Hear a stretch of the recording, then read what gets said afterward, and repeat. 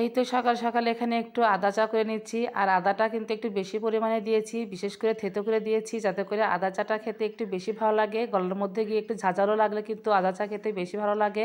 তো যাই হোক, চায়ে অনেক সুন্দর করে জাল দিয়ে তারপর হচ্ছে লিগারটা দিয়ে একটু নাড়াচাড়া করে নিচ্ছিলাম। এত সুন্দর চা হয়েছিল, একদম বলার বাইরে। তো যাই হোক, চা খেলে কিন্তু এভাবেই বানিয়ে খেতে হয় যাতে করে একটু শরীরটা চাঙ্গা হয়।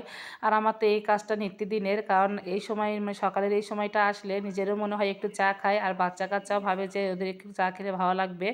তো যাই হোক, আমি চা করে সবাইকে একদম দিচ্ছিলাম। এই তো চা হচ্ছে ছেঁকে নিচ্ছি।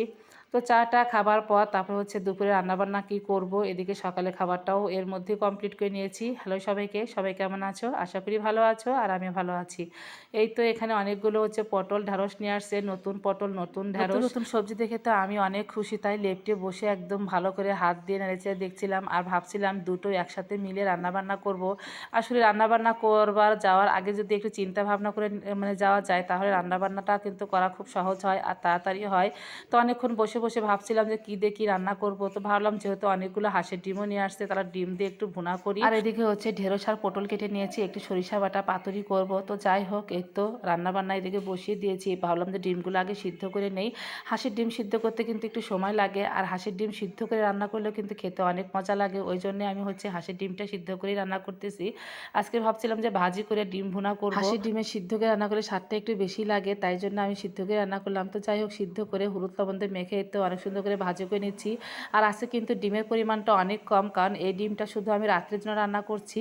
কারণ দুপুরের জন্য মাছের ঝোল আছে ফ্রিজে, আর হচ্ছে মাংসের ঝোল আছে। ওই জন্য ভাবলাম যে আজকে দুপুরে রান্নাই করব না, কিন্তু রাত্রের কথা চিন্তা করে দুপুরে ডিম ভুনাটা করলাম। ভাবলাম যে রাত্রে তো লাগবে, ওই রাতে গিয়ে দেখা যাবে যে আলু ভর্তা কিংবা ডিম ভাজি করতে হবে। তো রাত্রে যাতে ঝামেলা না হয় সেই জন্য আমি হচ্ছে দুপুরে রান্নাটা করে নিলাম। তো এদিকে হচ্ছে এই তো পেঁয়াজগুলো অনেক সুন্দর করে একদম ভাজি করে নিয়ে তারপরে মশলা দিয়ে কষিয়ে নিয়ে ডিমগুলো দিয়ে আরেকটু কষিয়ে নেব। তারপর হচ্ছে দিয়ে দেবো অল্প একটু পরিমাণে ঝোল। তো যাই হোক, এভাবে মাখো মাখো করে যদি পেঁয়াজ দিয়ে ডিম ভুনা করা যায়, খেতে কিন্তু অসম্ভব মজা লাগে। আর আমার বাসায় সবাই তো হাঁসের ডিম পছন্দ করে, আর এভাবে রান্না করতে কোনো কথাই নেই। তো যাই হোক, আমি ডিমের ঝোলটা অনেক সুন্দর করে নামিয়ে নিলাম। আর এই তো আমার চারপাশটা কিন্তু তোমরা দেখতে পাচ্ছ, এখানে শুধু আমি রান্না করি আর ঘরে নিয়ে গিয়ে সবাই একসাথে বসে খাই। এখানে শুধু আমি খড়ি জাবা রাখি রান্না বান্না করার জন্য। চারপাশটা একটু আগাছা দিয়ে ভরে গেছে, তোমরা কেউ কিছু ভাববে না, যেহেতু আমরা একটু গ্রাম টাইপের এলাকায় থাকি। তো যাই হোক, এই তো আমার আজকের ডিমের তরকারিটা কেমন হয়েছে অবশ্যই জানাবে। আর এখানে হচ্ছে আমি পাতুরিটা করে নেব। তো কড়াই একটু তেল দিয়ে তারপর জিরা ফোড়ন দিলাম। আজকে হচ্ছে মেথিটা একদম ফুরিয়ে গেছে, মেথি দিতে পারলাম না, দিয়ে তারপরে হচ্ছে আমি দিলাম এই তো পটলগুলো একটু ভাজি করে নিলাম এক্সট্রা করে। তারপরে দিয়ে দিলাম ঢ্যাঁড়স।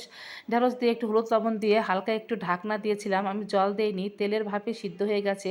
যেহেতু ঢ্যাঁড়স পটল দুটোই কচি ছিল, তাই হালকা ভাপে সিদ্ধ হয়ে গেছে। এখন কিছুক্ষণ ভাজি করে নিয়ে তারপরে হচ্ছে দিয়ে দিলাম এর তো একটু সরিষা বাটা, সাথে একটু চিনি আর হচ্ছে আটা স্বাদের জন্য। আর এভাবে এই ঢ্যাঁড়স পটলের পাতুরি খেতে কিন্তু অসম্ভব মজা লাগে, আর কালারটা দেখে কিন্তু বোঝা যাচ্ছে কতটা স্বাদ আর লোভনীয় হয়েছিল। তোমরা যদি কেউ এভাবে খেয়ে থাকো তাহলে এর স্বাদ বুঝবে, আর যদি কেউ না খেয়ে থাকো অবশ্যই কিন্তু আর দেরি করবে না, এইভাবে রান্না করে খাবে, তবেই বুঝবে এর স্বাদ কতটা। এই তো গরমের সিজন পড়ে যাচ্ছে, এখন মাঝে মাঝে এরকম করে ঢেঁড়স পটলের পাতুরি খাবো। তো যাই হোক, আমার বাড়ির ছোটো বড় সবাই এই ঢেঁড়স পটলের পাতুরি খুব পছন্দ করে। তো আজকে ভিডিওটা এ পর্যন্তই। ভিডিওটা ভালো লাগলে অবশ্যই লাইক কমেন্ট সাথে পাশে থেকো। টাটা।